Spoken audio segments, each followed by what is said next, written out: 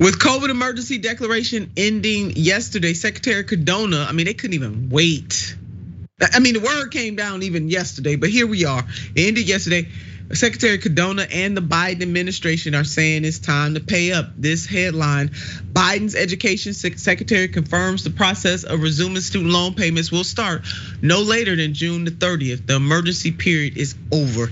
I just want to rest right here for a minute. Skip, put the mayor back up. The emergency is over for whom? That's the question.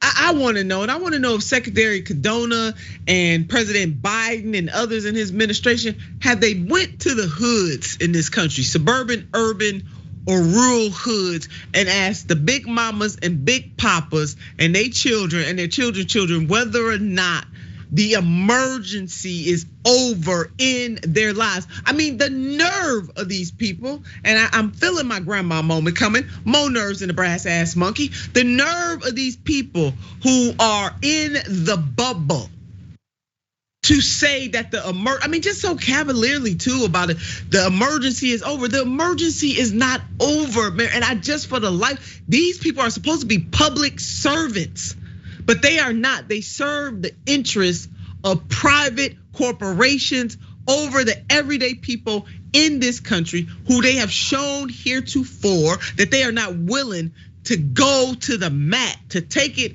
to the hole, to go in the end zone for the American people. Now, man, maybe I'm overreacting.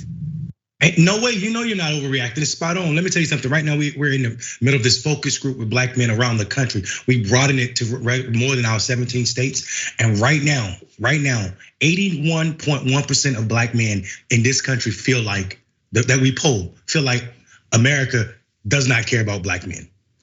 The same number, almost 77% of black men feel like black politicians aren't speaking for issues that they care about. When I hear the emergency over, I'm reminded that you're talking to a base that does not look like my face. You're talking to and about people, like you said, moneyed interests feel like, okay, yeah, we can get back to paying our bills because their life is back on track. Well, the problem is back on track is not a real existence. When I hear Donald Trump say, make America great again, it's the same thing as me hearing the emergency is over. It ain't never been over because it ain't never stopped. We are on fire. We're putting out fires all around our lives, trying to walk, just to walk with our head straight. And I think it is absolutely disgusting for anybody to be talking about. I thought they were gonna put out a special announcement saying there ain't no student debt in this country anymore. They did the exact opposite flip. Talk about not reading the tea leaves. They got a president who just reannounced his candidacy and don't even know how to speak to his base, actually work against his base. This is why Democrats continue to lose. This is a policy that is easy and it's popular and it is just. We shouldn't be paying what we pay for college. If you look at the growth in the cost of college over the last 30 years compared to the lack of growth in income and wages, it is ridiculous that people are paying more to get educated to do the same job they've been doing. It is ridiculous. Right. And these people don't have any ability to see what's going on because they're blinded by consultant talk, polls of regular voters, but not regular Americans, not people who are sitting out and dying because they're trying to live. That's it, man. You hit the nail on the head. And the owner donors, that's who they answering to. What is the rush? People were already suffering before the pandemic. The pandemic is not over. It might not be being talked about as intensely, but it's not over. We got new strains developing and reported all the time. People are still dying. You got inflation out of control in this country. The poll that we just talked about in the other segment, 74% of those people polled care about inflation. It's the economy. People are suffering. But just to have that cold, you know what? They gonna lose. I'm making a prediction. If they don't reverse course, let me frame it that way.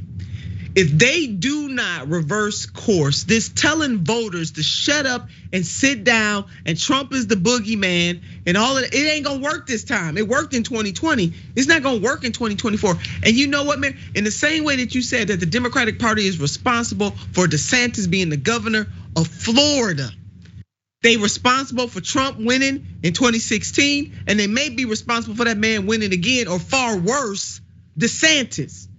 So they need to act like, they always going to the voters and asking the voters, this is the most important election of your lifetime. The other side is worse.